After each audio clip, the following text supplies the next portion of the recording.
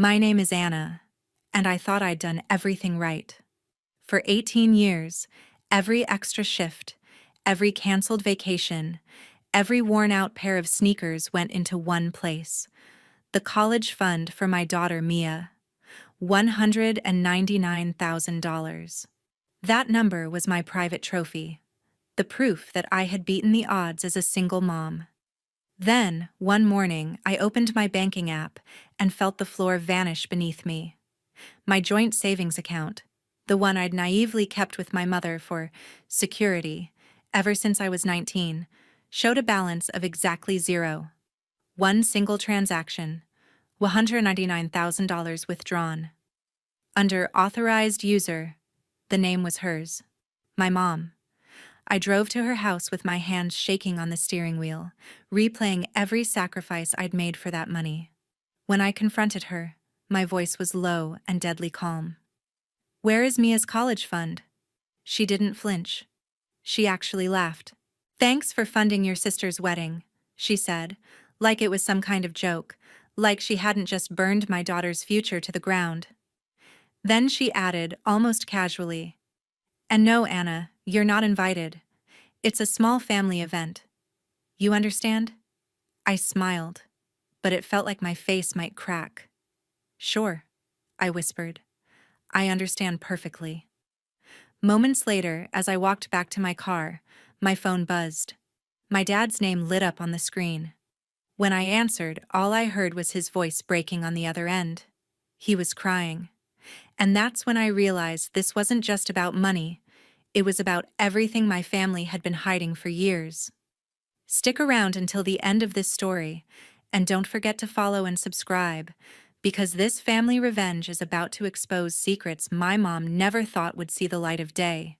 I sat in my car in front of my mother's house, staring at the steering wheel as my dad sobbed into the phone. I'd never heard him like that before. "Anna, I didn't know she actually did it," he choked out. "She told me she was reallocating some family funds, but I never thought she meant your savings, honey." I pressed the phone tighter to my ear, my jaw clenched so hard it hurt. "Dad, it was my daughter's college fund. Every dollar I put in that account was for Mia. You knew that." There was a pause, just the sound of his uneven breathing. "Your mother said the account was still joint," he murmured. "She said you weren't using it, that we'd help Rebecca get her dream wedding and then figure things out later. I thought she meant she'd pay it back somehow." His words twisted in my chest like a knife. This wasn't just betrayal, it was premeditated. "Dad, you signed off on this?" I asked quietly. Another pause. "I didn't sign anything," he said, sounding smaller than I'd ever imagined. "Your mom handled it. She always has. I should have asked more questions. I'm so sorry, Anna." I closed my eyes and leaned my head back against the seat. My mother had opened that account with me when I was 19, right after Mia was born. "Put my name on it too," she'd said back then.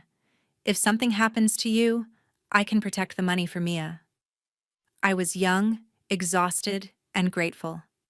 I never thought the person I trusted to protect the money would be the one to steal it. Growing up, money was my mother's religion. She'd grown up poor, always reminding us how she'd had to fight for every dollar. But somewhere along the way, her fear of poverty warped into an obsession with control. Money wasn't security to her, it was power. She decided who got help and who stayed desperate. I'd watched her bail out my younger sister Rebecca more times than I could count, paying off credit cards, helping with rent, always with the same excuse: "Rebecca just needs a little boost. She's the baby." Me? I got lectures about standing on my own 2 feet. And I did. I worked nights at the hospital, mornings at a tiny cafe when Mia was small. While my mother was buying designer bags on sale, I was calculating how many textbooks I could afford this month. So when I realized she'd used the joint account loophole to strip nearly $200,000 from my daughter's future and funnel it into a wedding I wasn't even invited to, something inside me snapped. Dad, I said slowly, did you know she never planned to invite me? Or Mia? His silence answered that question better than words. Finally, he whispered, she said it would be awkward with you there. Said you'd make things about yourself. But Anna, stealing the money, that's too far. Too far. As if there was a line she'd respected before this. I'm going to fix this, I told him, my voice steady now. I don't know how yet, but I'm not letting her get away with it. Not this time. After I hung up, I sat in that driveway for a long time, watching the curtains in her front window twitch like she was still peeking at me, still trying to decide whether I was a threat she needed to neutralize or a problem she could dismiss. For the first time, I looked back at my life and saw a pattern I'd been too tired to name. Every time I began to build something of my own, she found a way to take credit, take control, or take it away entirely. Not this time. Mia was 18. She'd cried with joy when she saw her projected college costs and realized we could actually afford it. How was I supposed to look her in the eye and tell her that her grandmother had gambled her future away on flowers, catering, and a white dress? That night, I didn't sleep. I sat at the kitchen table with my laptop and a notepad, writing down everything I knew about the account, every date, every deposit, every statement. I underlined one fact over and over again. The account had been created for Mia's education. I had the emails, the paper trail. My mother might have the money now, but I had something she'd never considered: evidence. And for the first time, I started thinking not like a scared daughter, but like a woman preparing for war. If you were in my place, would you confront your mother again, or go straight to a lawyer first? The next morning, I dragged myself to work on autopilot, my body going through the motions at the hospital while my mind replayed every conversation I'd ever had with my mother about family obligations. Between patients, I caught myself staring at the clock, counting down the minutes until I could talk to the one person who had never once made me feel small. Liam. Liam wasn't Mia's father, but he'd stepped into our lives like he'd always belonged there. He knew about the joint account. He knew how long I'd been saving. When he walked into my kitchen that evening with takeout bags and a worried look, I didn't even try to play strong. I told him everything. My mother's laugh, her dismissive, "Thanks for funding your sister's wedding." My dad's tearful phone call. Liam sat quietly as I spoke, his hands folded, his jaw tightening. When I finished, he exhaled slowly. "Okay," he said. "This is bad, but it's not hopeless." I let out a bitter laugh. "She took everything, Liam. How is that not hopeless?" He tapped the table between us. "Because you didn't just throw money in a box under her bed. You have records. You have proof that this was intended as a college fund for Mia. That matters." He was right. I'd kept every bank statement, every email confirmation when I transferred money into that account. At the time, it was just my way of keeping track. Now, it was a trail of evidence. "Step 1, Liam said, leaning forward. "We organize your documentation. Step 2, we talk to the bank. Step 3, we talk to a lawyer." I blinked. "A lawyer? You think this is a legal case?" He gave me a look. "Anna, she took $199,000 from a joint account that you funded almost entirely by yourself, with a clearly documented purpose: your daughter's education. She used it without your consent to fund someone else's wedding. At the very least, that's something the law will take seriously. At worst for her, it's fraud." The word fraud hung in the air between us. My mother, who loved to brag about her reputation and respectability at church and in the community, being investigated for fraud. I couldn't deny the small, vicious flicker of satisfaction that sparked in my chest. Still, a part of me hesitated. "She's my mom," I whispered. "Do I really want to drag her into court?" Liam's gaze softened, but his voice stayed firm. She stopped being just your mom when she stole your daughter's future. If you don't draw a line now, what else will she feel entitled to take? That night, we spread my documents out across the dining table. Old statements dating back to when Mia was in diapers, notes in my handwriting marking extra deposits. Overtime shift, Christmas bonus, tax refund. Every dollar had a story. Every story ended in the same place. My mother's smirking face, thanking me for paying for a wedding I was excluded from. I pulled up the online banking portal again and looked at the transaction details. The withdrawal had been processed at the branch where my mother knew all the tellers by first name. She probably walked in smiling, spinning some charming story about helping her struggling daughter manage her finances. The thought made my stomach turn. "Do you think she acted alone?" I asked Liam. "Or do you think Rebecca and Jason know?" He considered that. "My guess, Rebecca knows the money came from you in some vague way, but your mom probably framed it as, Anna is helping pay for the wedding. She owes the family." As for Jason, if he's smart and as involved in finances as you've said, he might know more than he lets on. I swallowed. Jason worked in finance. If he'd helped my mother move the money, that opened up a whole new angle. So I'm up against my own mother and a future son-in-law who knows how to hide money, I muttered. Perfect. Or, Liam countered, you're up against two people who think you're too soft to fight back. That's their mistake. Before bed, I texted my dad. "Dad, I need you to tell me everything Mom said about that account. Dates, phrases, anything. This is serious." He replied with just one sentence. "Whatever you decide, I'll back you this time. This time." The implication stung. All the times he hadn't backed me. All the times he'd chosen silence because it was easier than confronting the woman he lived with. But I clung to that small promise. I needed allies, even imperfect ones. As I lay in bed beside a sleeping Mia, watching her peaceful face, a new kind of anger settled into my bones. Not the wild, frantic rage from before, but something sharper, colder, calculated. My mother thought she'd won. She thought I'd scream, cry, then eventually move on, because family is more important than money. She had no idea that this time I was going to make sure her actions had consequences she couldn't charm her way out of. If someone you loved stole everything you'd built for your child, would you still worry about protecting their reputation? 2 days later, I took a personal day from the hospital and walked into the bank that had held my savings hostage for nearly 2 decades. Liam came with me, not saying much, just a steady presence at my side. The lobby smelled like polished wood and printer ink, like every other bank I'd ever been in. But today, the air felt heavier. When we sat down with the branch manager, I laid out my folder of documents on his desk.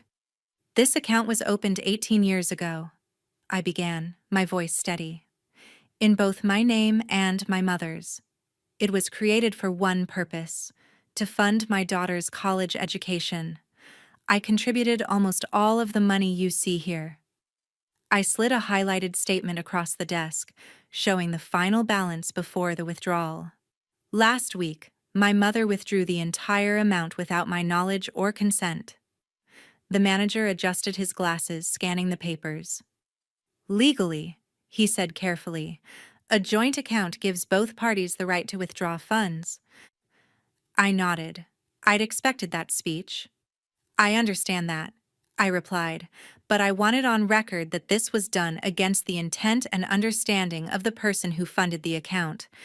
I want every detail of that withdrawal: who approved it, what ID was shown, what was said at the counter." He hesitated, then logged into his system. After a few minutes, he printed a report and handed it to me. "The withdrawal was done in person by Carla," he said. "She presented her ID and signed the form. It was processed as a legitimate transaction." No surprise there. My mother knew how to play by the rules just enough to avoid suspicion. Can you at least provide a notarized statement summarizing this? I asked. That she withdrew the funds from a joint account funded by me? The manager looked between me and Liam, then nodded. Yes, I can do that. As he prepared the document, Liam squeezed my hand under the table. It wasn't justice yet, but it was a piece of the puzzle. That afternoon, we met with a lawyer recommended by one of Liam's coworkers. Her name was Sandra, and she had the calm, sharp gaze of someone who'd seen every kind of family disaster. After listening to my story and flipping through my evidence, she leaned back in her chair. Legally, your mother had the right to access the funds, she said. My heart sank. Then she continued. But that doesn't mean she's safe from consequences. The key here is intent and documentation. You have emails where you explicitly refer to this account as your daughter's college fund. You have proof you were the primary contributor. If we can show that your mother misrepresented her reason for accessing the funds, or used them in a way that constitutes unjust enrichment, you may have a strong civil case. Civil, not criminal?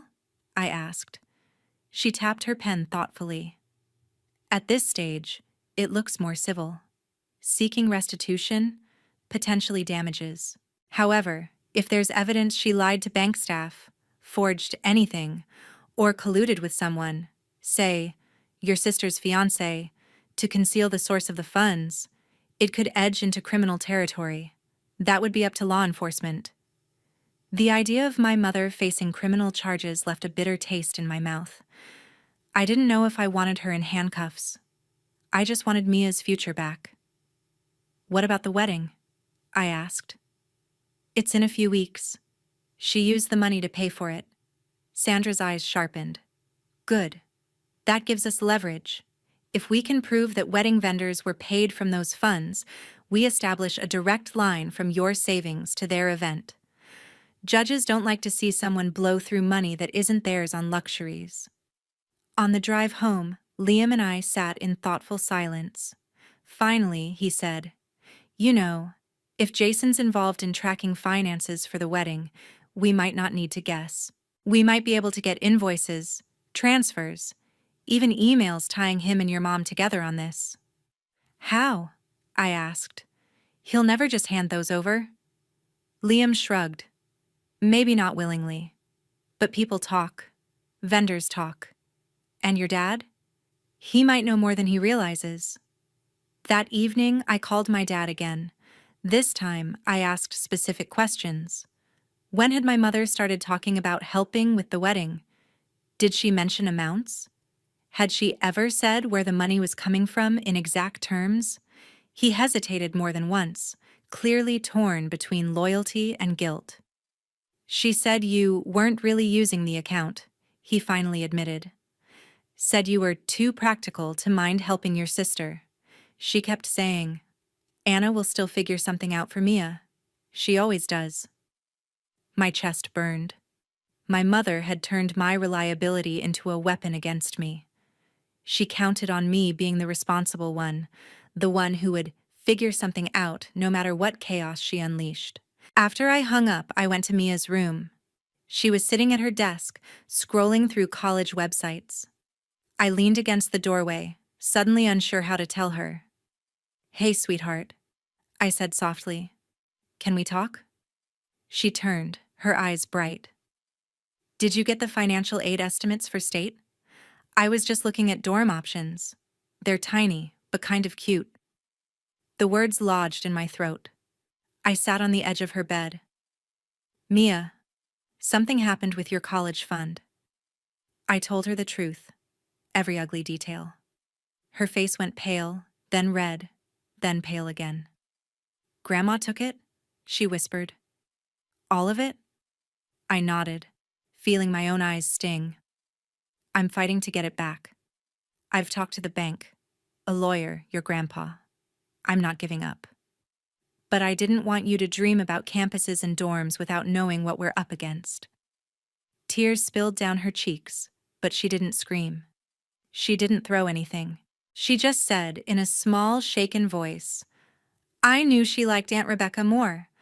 I just didn't think she'd sell my future for a party. That sentence broke something in me that my mother could never fix. That night, Mia fell asleep with her laptop still open to a picture of the campus she'd always wanted. I closed it gently and went back to the table where my documents lay. My mother had made a choice. Now I would make mine. If you were Mia, would you ever trust your grandmother again after something like this? The weeks leading up to Rebecca's wedding felt like living in a pressure cooker. Everywhere I turned, social media, extended family group chats, even random conversations at the grocery store, someone was talking about the big day.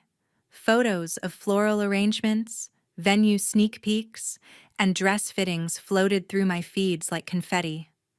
I blocked the group chats, muted half my contacts, but the wedding still seeped into my life like smoke under a door. My mother didn't reach out. Neither did Rebecca. The silence from their side was almost louder than the gossip I heard from everyone else. My dad, however, called more often. Sometimes just to check on Mia, sometimes to awkwardly ask how things were going with that lawyer. The guilt in his voice was constant. One evening, he let something slip that made my heart stop. "Your mom was bragging to one of the relatives," he said quietly.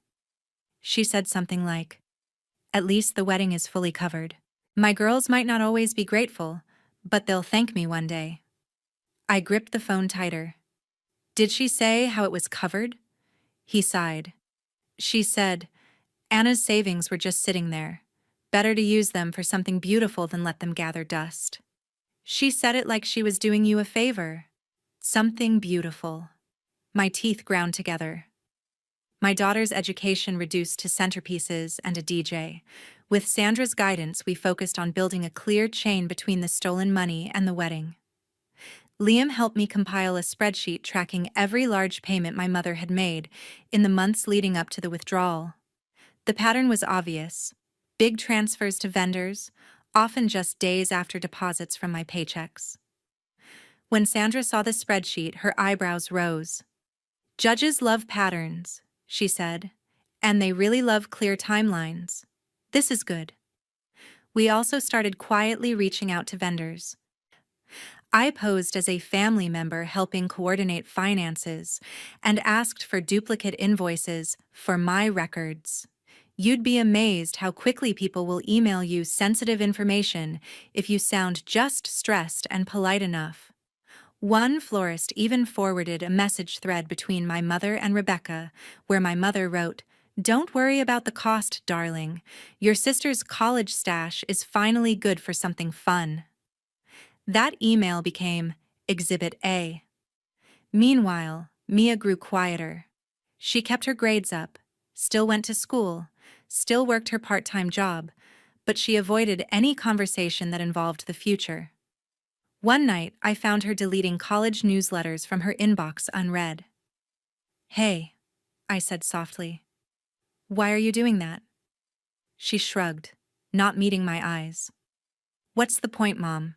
We can't afford it. I'll just go to community college and figure it out later." My heart twisted. "Mia, we're fighting this. And even if the worst happens and we don't get every dollar back, you are not giving up on your dreams because your grandmother made a selfish choice."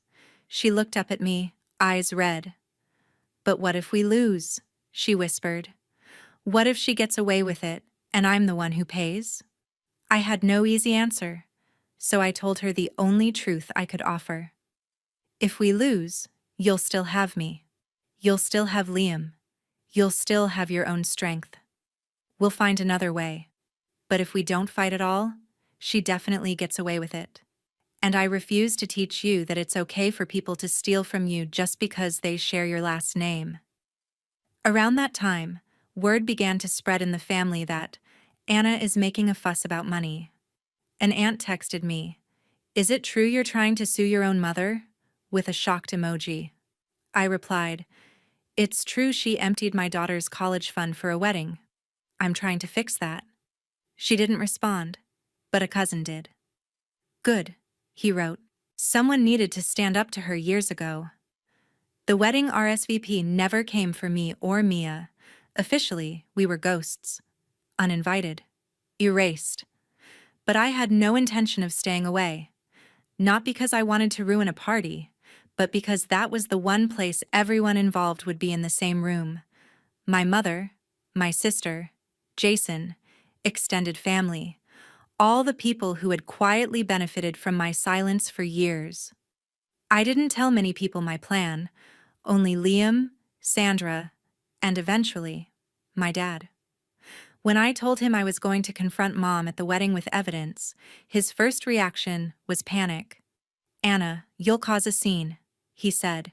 "It'll humiliate everyone." "She already humiliated me," I replied calmly. "She humiliated Mia. The difference is, when I speak, I'll be telling the truth." He was quiet for a long time. Then he asked in a tired voice, "What do you need from me?" "The truth," I said. "And when it comes down to it, I need you not to stand between us. Not this time." As the wedding day crept closer, the nervousness in my stomach battled with a cold, focused rage in my chest. I printed every document Sandra said might matter: bank statements, screenshots of the account history, highlighted invoices from vendors, and that horrifying email about my college stash being used for something fun. I slid them into a neat folder and slipped it into my bag. On the morning of the wedding, as I zipped up a simple dress, nothing flashy, nothing that could be twisted into jealous theatrics, I looked at myself in the mirror and realized something.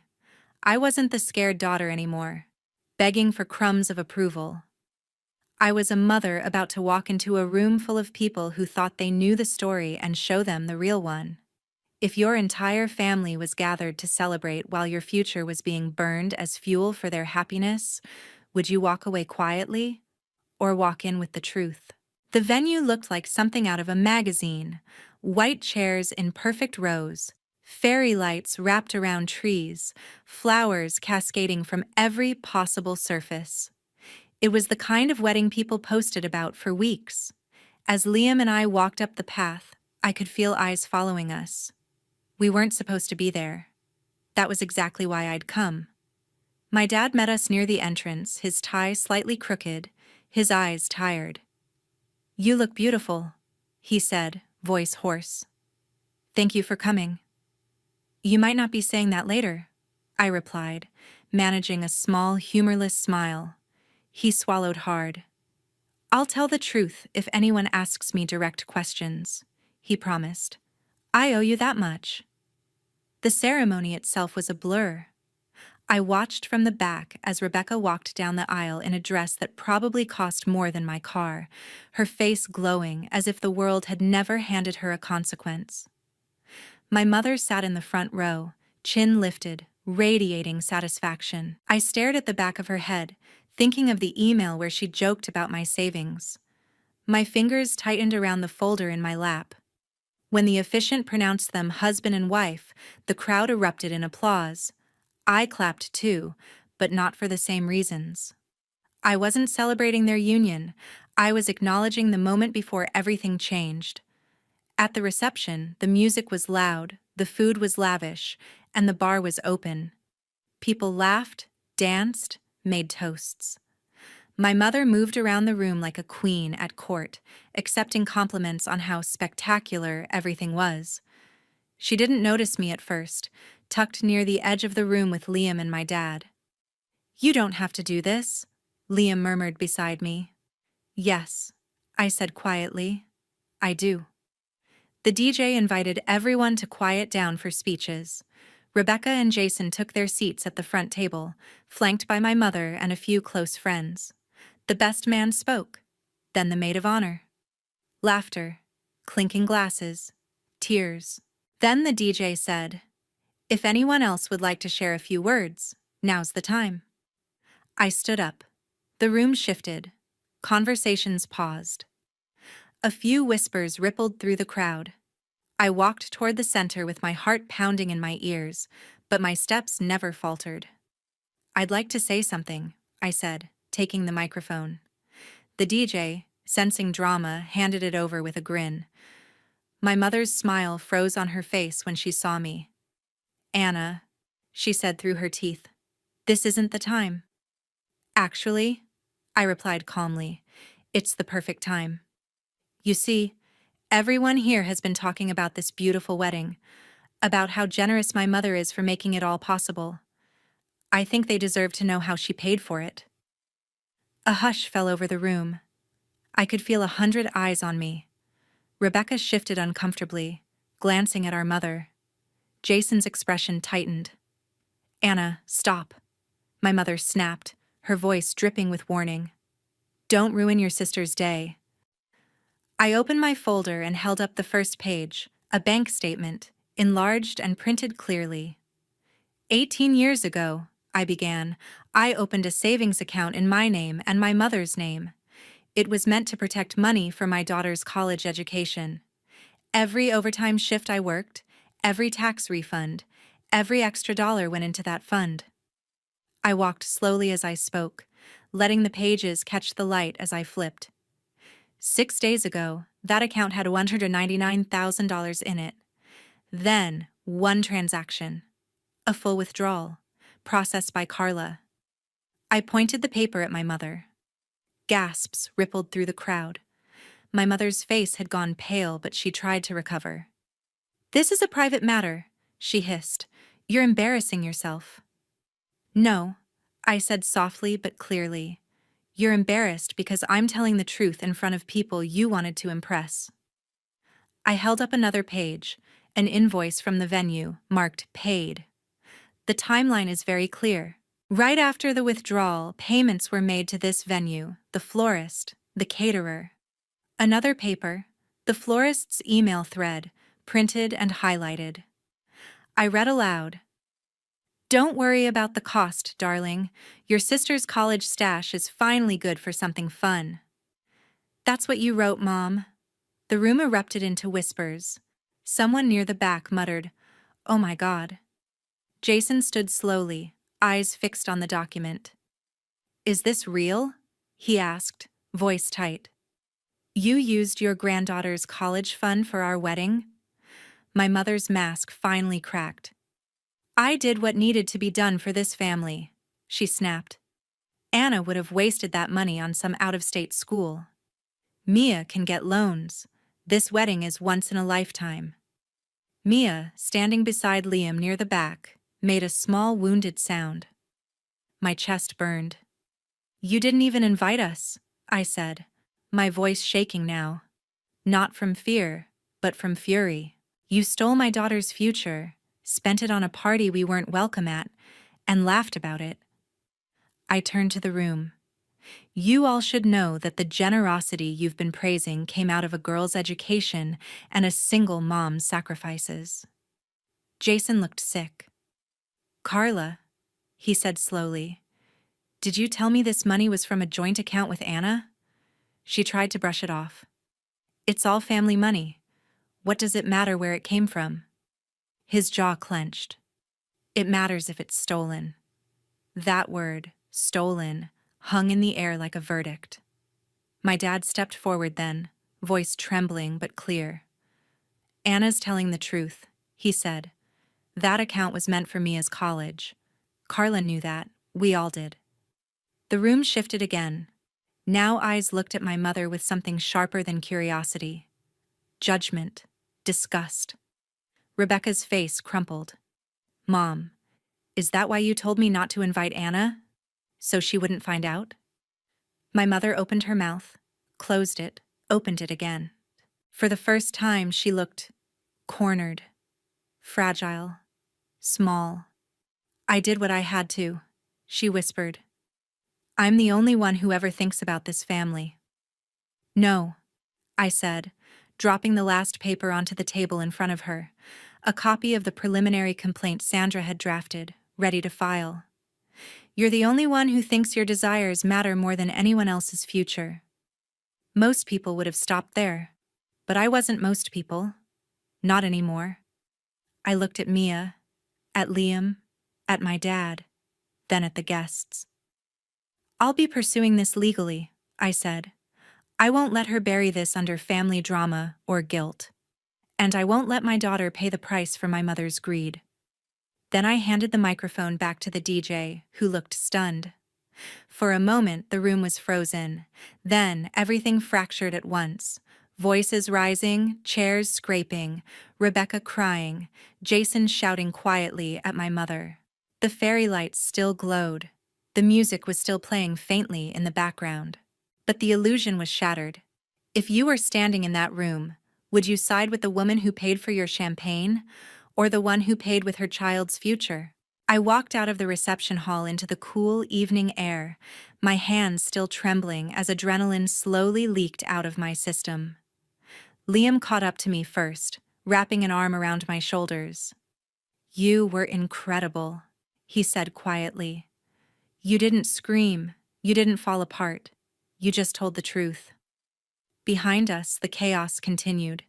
Raised voices, hurried footsteps, someone crying loudly. Probably Rebecca. I didn't turn around. For the first time in days, the knot in my chest loosened. A moment later, Mia reached me. Her eyes were red, but she looked lighter. "You did that for me," she said, almost in awe. "I did it for both of us," I replied.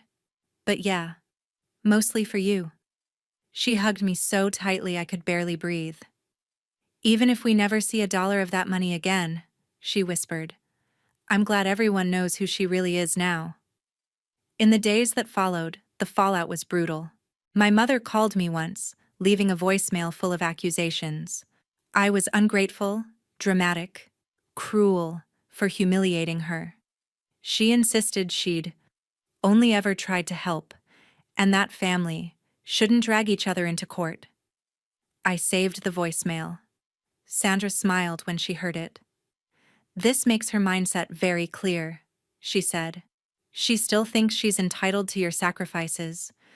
Judges don't like entitlement when it hurts children." Jason, on the other hand, called to apologize. "I didn't know," he said earnestly. "She told me she'd been saving for years for both her daughters and that you'd agreed the money could go toward the wedding. I never would have gone along with it if I'd known the truth." I believed him, mostly because he'd spent the reception looking like he wanted to crawl under the table. "What happens now?" I asked. "Wedding's already happened. The money's gone." "Not all of it," he said, surprising me. "Some vendors haven't been fully paid yet. And if your case goes through, well, Carla might not be the only one facing questions about financial misrepresentation." There it was again. That hint that this could bleed into criminal territory. A few weeks later, the lawsuit was filed officially. Anna versus Carla, seeking restitution of the $199,000 plus damages for emotional distress and unjust enrichment. The family chat exploded when the notice reached my mother's mailbox. Half the relatives took her side immediately, parroting her lines about airing dirty laundry and disrespect. The other half stayed silent publicly but sent me private messages. "She took my college fund too back then, just not as much," one cousin confessed. Another wrote, "She's always played favorites. I'm glad someone finally drew a line." My dad ended up staying with a friend for a while. "She says I betrayed her by not shutting you down," he told me. "But I spent 30 years watching her hurt people and calling it love. I'm tired, Anna." I didn't know what would happen to their marriage, but for the first time, I believed my dad might finally choose peace over proximity. Mediation was tense. My mother arrived in a carefully chosen outfit, her hair immaculate, her eyes cold. She looked smaller somehow, though, like some of the air had leaked out of her ego since the wedding. She offered a partial settlement at first, trying to spin it as a misunderstanding. "I'll return some of the money over time, interest-free," she said. "We can work out a schedule. No need to drag this through court." Sandra's voice was smooth, but unyielding. "Full restitution," she replied. "Plus, at least some compensation for the lost time and emotional damage to Anna and Mia. Your client didn't borrow this money. She treated it like her own." My mother kept glancing at me, as if waiting for me to fold, to soften, to say, "It's okay, Mom, let's just move on." I didn't. Eventually, when the mediator left the room briefly, she leaned forward and whispered, "You're really willing to destroy your own mother over money?" I met her eyes steadily.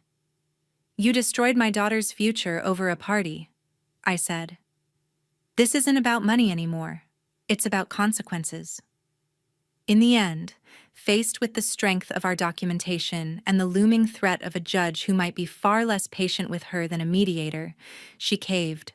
The settlement required her to liquidate some assets, take out a loan, and downsize her lifestyle dramatically. The house she'd once bragged about at every family gathering went on the market. The designer handbags disappeared. She cried publicly about her ungrateful daughter, forcing her into financial ruin, but privately, she paid. Every payment was wired into a dedicated account under my name only, with Mia as the sole beneficiary upon turning 21.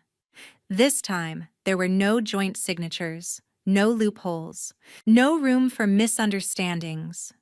The first time I logged into the new account and saw the balance climbing back up, I felt something I hadn't allowed myself in weeks: hope.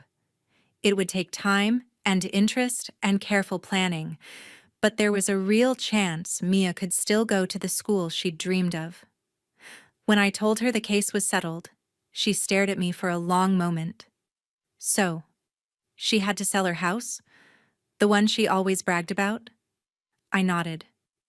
"Actions have consequences," I said, "even for grandmothers." Mia was quiet, then said softly, "I don't feel sorry for her. Is that bad?" I shook my head. "No, that's honest." Months later, standing on Mia's future campus for an orientation visit, I watched her turn in a slow circle, taking in the buildings, the energy, the buzzing possibility in the air. "We're really doing this," she breathed. "After everything, I'm actually here." I squeezed her hand. "You are," I said, "because you earned it. And because this time, we didn't let someone else decide what you were worth." As for my relationship with my mother, it never really recovered. We went low contact, polite messages on holidays, occasional updates passed through my dad. She still tells anyone who will listen that I took her to court over a misunderstanding. But the people who matter know the truth, and more importantly, so do I. I used to think being a good daughter meant absorbing harm and calling it love, forgiving without boundaries, sacrificing until there was nothing left. Now I know better. Being a good mother meant standing up to my own mother to protect my child, even when it was messy, even when it hurt, even when people judged. Especially then. If your parents showed you over and over again that their comfort matters more than your future, would you keep forgiving? Or would you finally teach them what consequences feel like?